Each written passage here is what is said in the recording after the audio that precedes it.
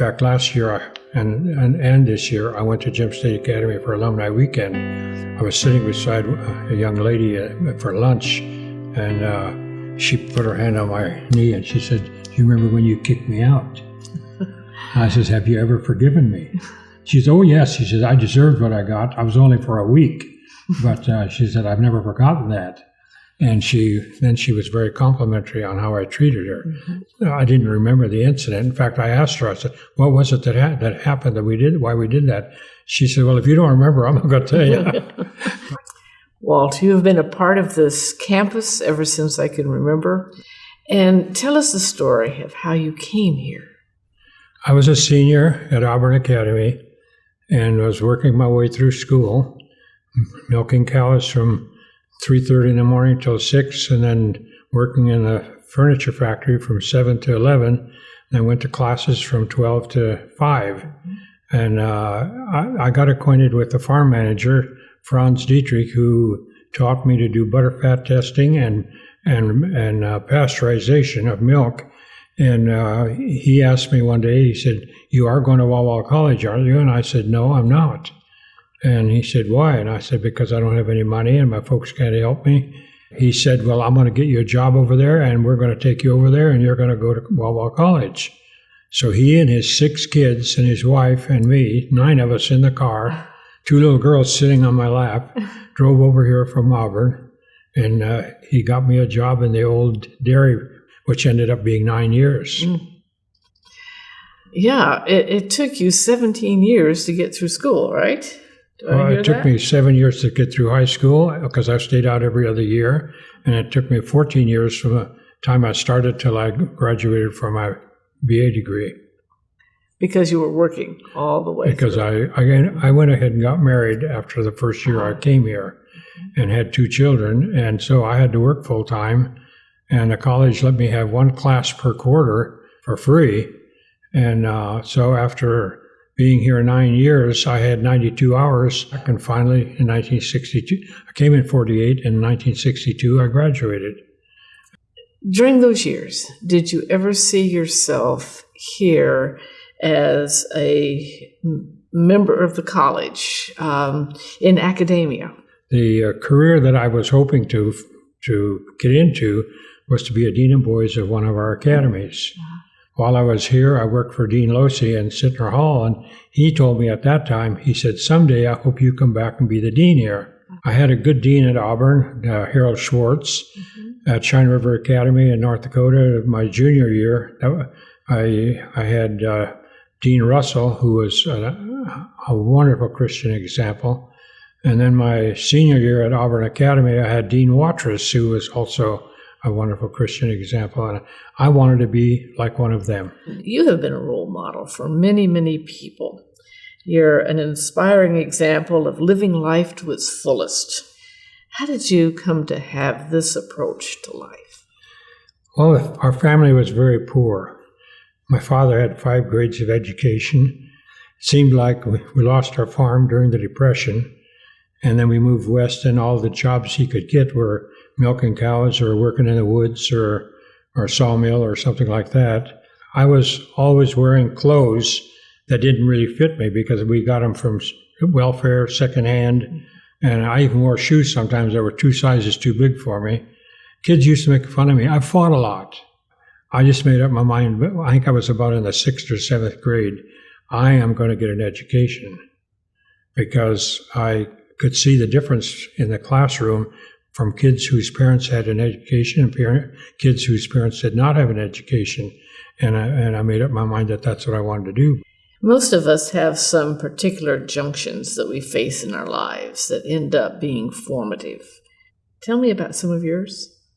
The experience that I had in 3rd, 4th, 5th, 6th grade, where I was always embarrassed about myself, about the clothes I wore, and so on. That has helped me to want to be fair. And to me, when I deal with people, I want things to be fair. As you see these kids starting from freshmen and proceeding to graduation, what role did you see yourself playing in this transition from youth to adulthood? I've really enjoyed the challenges that young people face, and in fact, even the mistakes that they made. I enjoyed those times because that was a time when I could work with them. Mm-hmm. But I would operate totally different than most people operated.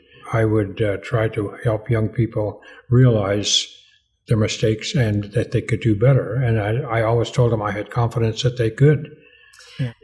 Do you remember any particular student who mirrored your own struggles and how you dealt with them? I had a lot of students while I was dean of men here at the dorm that had challenges in life similar to mine. I had one particular family from Coeur d'Alene, Idaho that ran a large nursing home up there, and they had a son here as a freshman. He tried several times during the freshman year to quit school, and his folks got on my case, and I would just take a lot of time talking to him. He ended up staying for a sophomore year. The same thing happened. The junior year, the same thing happened. He ended up graduating, and he ended up running the nursing home that his dad owned later on. He always mentions that he said, I wouldn't be doing this if it wasn't for you. How do you get these students back on track? Well, you have to have confidence. You have to believe them. One of the principles that I followed was I always told the kids, I'm going to believe what you tell me. Mm-hmm. However, if I find out that you're not telling the truth, then we have two problems.